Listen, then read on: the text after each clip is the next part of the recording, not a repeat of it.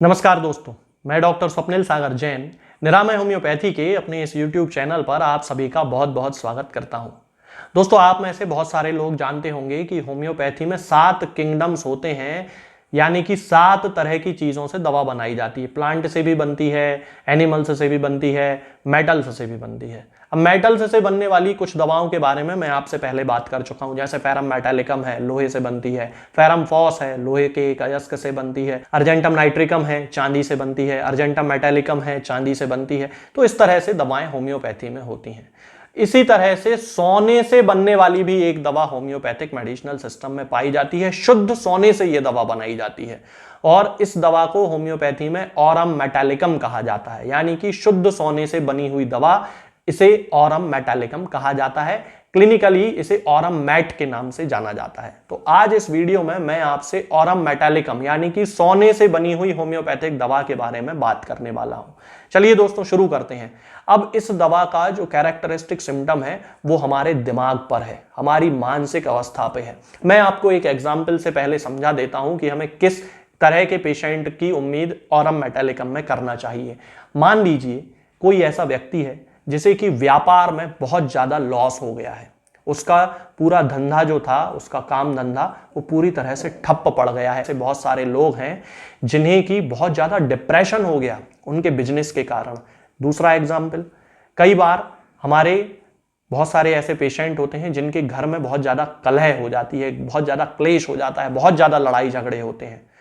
कई बार स्टूडेंट्स ऐसे होते हैं जिन्हें अपनी परीक्षा के रिजल्ट की बहुत अच्छा आने की उम्मीद थी, लेकिन उनका रिजल्ट उतना अच्छा नहीं आया। कई बार बहुत सारे लोग ऐसे होते हैं जो किसी प्रेम की अवस्था में, यानी कि लव फेल्योर के कारण बहुत ज्यादा डिप्रेशन में चले जाते हैं, अवसाद में चले जाते हैं।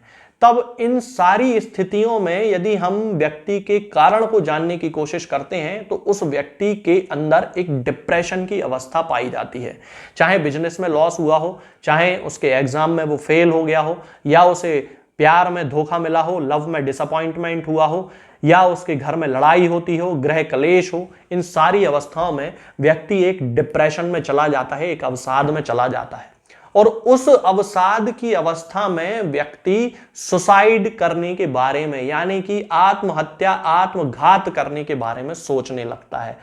तब इस कंडीशन में यदि कोई ऐसा व्यक्ति है जिसे कि डिप्रेशन है, अवसाद है और वो सुसाइड के बारे में सोच रहा है, आत्महत्या के बारे में सोच रहा है, आत्मघात के बारे में सोच रहा है, खुद को खत्म करने के बारे में सोच रहा है, तरह तरह से प्लान बना रहा है, तब उस व्यक्ति की कैरेक्टरिस्टिक मेडिसिन है ऑरम मेटालिकम।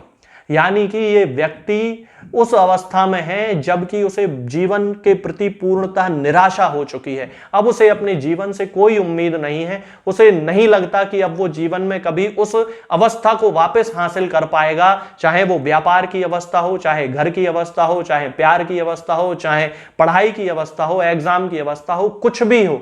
अब उसने पूरी तरह मान लिया है कि अब वो अपने पुराने समय में वापस नहीं जा सकता है और इसी के कारण वो एक डिप्रेशन में चला गया है, एक अवसाद में चला गया है। और उस अवसाद के कारण वो तरह तरह से गलत कदम उठाने के बारे में सोच रहा है, सुसाइड करने के बारे में सोच रहा है, आत्मघात करने के बारे में सोच रहा है, आत्महत्या करने के बारे में सोच रहा है। तब उस व्यक्ति को ऑरम मेटालिकम देने की जरूरत है। व्यक्ति अपने जीवन से इतना निराश हो चुका होता है कि वो ये समझ लेता है कि अब उसे जीने का कोई भी हक नहीं है, उसका जीना जो है वो व्यर्थ है, इसलिए वो सुसाइड का निर्णय लेता है। इसके अलावा जिन छोटे छोटे बच्चों में अंडकोश यानी कि टेस्टिकल्स सूख जाते हैं, उन बच्चों के लिए ऑरम मेटालिकम बहुत अच्छी दवा मानी जाती है।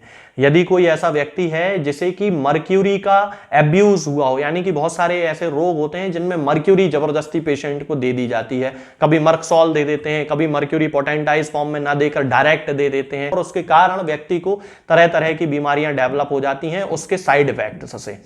तब उस कंडीशन में ऑरम मेटालिकम बहुत अच्छा काम करती है। एक एग्जांपल मैं आपको देता हूं। यदि किसी व्यक्ति को इस तरह का आर्थराइटिस की कोई शिकायत रही थी, उसके बाद उसे उसकी हड्डियों में गलना शुरू हो गया, हड्डियों में बहुत ज्यादा उसे दर्द होने लगा और वो दर्द रात में बढ़ने लगा, तब उस कंडीशन में उसे ऑरम मैट देने की जरूरत होती है, ऑरम मेटालिकम देने की जरूरत है, जो कि मर्क्यूरी के कारण जो साइड इफेक्ट्स उसकी बॉडी में डेवलप हुए हैं उन पूरे साइड इफेक्ट्स को खत्म कर देगी।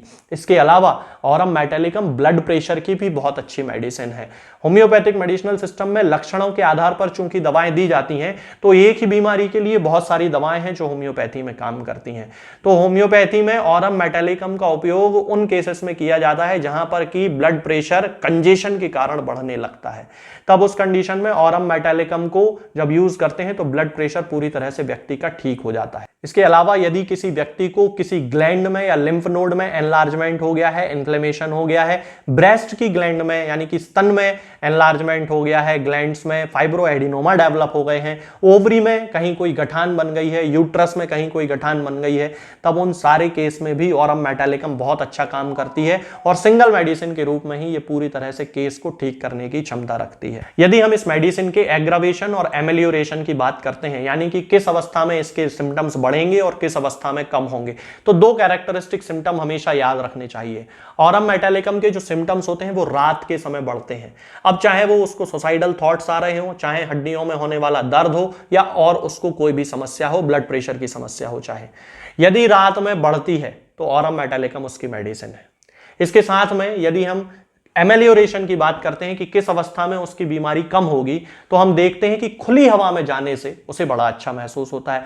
यदि किसी ऐसे व्यक्ति को जो कि डिप्रेशन में है, अवसाद में है, उसे खुली हवा में घुमाने के लिए ले जाया जाए, या उसके दर्द यदि किसी व्यक्ति को हो रहे हैं और उसे बहुत ज्यादा दर्द की अवस्था में उसे कहीं बाहर खुली हवा में रखा जाए, उसके पलंग को बाहर खुली हवा में रख दिया जाए, पंखे के ठीक नीचे रख दिया जाए, हवा उसको लगे, तो उसे बड़ा आराम मिलता है। इस तरह से ऑरम मेटालिकम का उपयोग इन सारे सिम्टम्स में किया जाता है। यदि हम इसकी पोटेंसी की बात करते हैं तो इनिशियल स्टेजेस में जैसे बीपी की समस्या है, ब्लड प्रेशर की समस्या है, तो 30 पोटेंसी में देना चाहिए, 2-2 बूंद दिन में 3 बार। यदि इन्फ्लेमेशन की समस्या है, ओवरी में इन्फ्लेमेशन हो, यूट्रस में इन्फ्लेमेशन हो, या फिर किसी और ग्लैंड में कोई इन्फ्लेमेशन हो, ब्रेस्ट में कोई इन्फ्लेमेशन हो, लिम्फ नोड में इन्फ्लेमेशन हो, तब उस कंडीशन में भी 30 पोटेंसी का उपयोग करना चाहिए। यदि ज्यादा पुरानी समस्या है कोई, तो फिर 200 पोटेंसी की 4 बूंद हफ्ते में 1 बार पेशेंट को देना चाहिए। और यदि अवसाद की अवस्था है, डिप्रेशन की अवस्था है, तब उस केस में व्यक्ति को 1 एम पोटेंसी की 4 बूंद 15 दिन में 1 बार देना चाहिए, या फिर डॉक्टर से संपर्क करके इसके डोज का निर्धारण करवाना चाहिए। ये जो दवा है ऑरम मेटालिकम, ये किसी भी होम्योपैथिक मेडिकल स्टोर पर आपको मिल जाएगी, या ऑनलाइन भी आप मंगा सकते हैं। आज के इस वीडियो में फिलहाल इतना ही। आगे के वीडियोस में मैं आपसे बात करूंगा कुछ नई बीमारियों के बारे में और उनकी होम्योपैथिक दवाओं के बारे में। तब तक के लिए जय हिंद, जय भारत। दोस्तों, होम्योपैथिक दवाओं को खाने का सबसे अच्छा तरीका होता है कि हम हमेशा खाली पेट इन दवाओं को खाएं। जिन दवाओं को दिन में केवल 1 बार खाना है, उन्हें सुबह खाली पेट खा लेना चाहिए, मुंह में अच्छे से कुल्ला करके, गार्गल्स करके मुंह को साफ कर लेना चाहिए, और उसके बाद हमें होम्योपैथिक दवाई खा लेना चाहिए। जिन दवाओं को दिन में 2 बार या 3 बार या 4 बार खाना होता है, उन दवाओं को खाली पेट खाने का मतलब होता है कि हम उन दवाओं को खाने के लगभग आधे घंटे पहले या फिर 2 से ढाई घंटे बाद ही खाएं, और उस स्थिति में भी हमारे मुंह में किसी भी वस्तु का, किसी भी चीज का स्वाद नहीं होना चाहिए, ना ही हमारे मुंह में किसी भी चीज की गंध होना चाहिए, जिससे कि ये होम्योपैथिक दवाएं हमारे शरीर पर बहुत अच्छे तरीके से काम कर सकती हैं। तो हमें हमेशा ये ध्यान रखना है कि जब भी हम होम्योपैथिक दवा खाएं, हमेशा खाली पेट खाएं और हमारे मुंह में किसी भी चीज का स्वाद या किसी भी चीज की स्मेल ना हो। अब बहुत सारे लोग ये सोचते हैं कि हम कच्चा प्याज खा सकते हैं, या अदरक खा सकते हैं, या हींग खा सकते हैं, या इलायची खा सकते हैं, या नहीं। बिल्कुल, आप इन चीजों का इस्तेमाल कर सकते हैं। होम्योपैथिक दवाओं को खाते समय आप इन सभी चीजों को बड़ी आसानी से खा सकते हैं। बस याद ये रखना है कि जब भी आप होम्योपैथिक दवा खाएं, इनमें से किसी भी वस्तु का, किसी भी चीज का स्वाद आपके मुंह में ना हो। यानी कि जब भी आप इन्हें खाएं तो इनके खाने से या तो आधे घंटे पहले होम्योपैथिक दवा खा लें, या फिर इन्हें खाने के 2-2.5 घंटे बाद, जब कि आपने मुंह में अच्छे से कुल्ला कर लिया हो, अच्छे से गार्गल्स कर लिए हो, तब इन होम्योपैथिक दवाओं को खाएं। तो आपको हमेशा होम्योपैथी के सबसे अच्छे रिजल्ट देखने को मिलेंगे। लोग गलती यही कर देते हैं कि वो प्याज खाना छोड़ देते हैं, कच्चा प्याज, लहसुन, अदरक, हींग सब खाना छोड़ देते हैं, लेकिन फिर भी उनको मुंह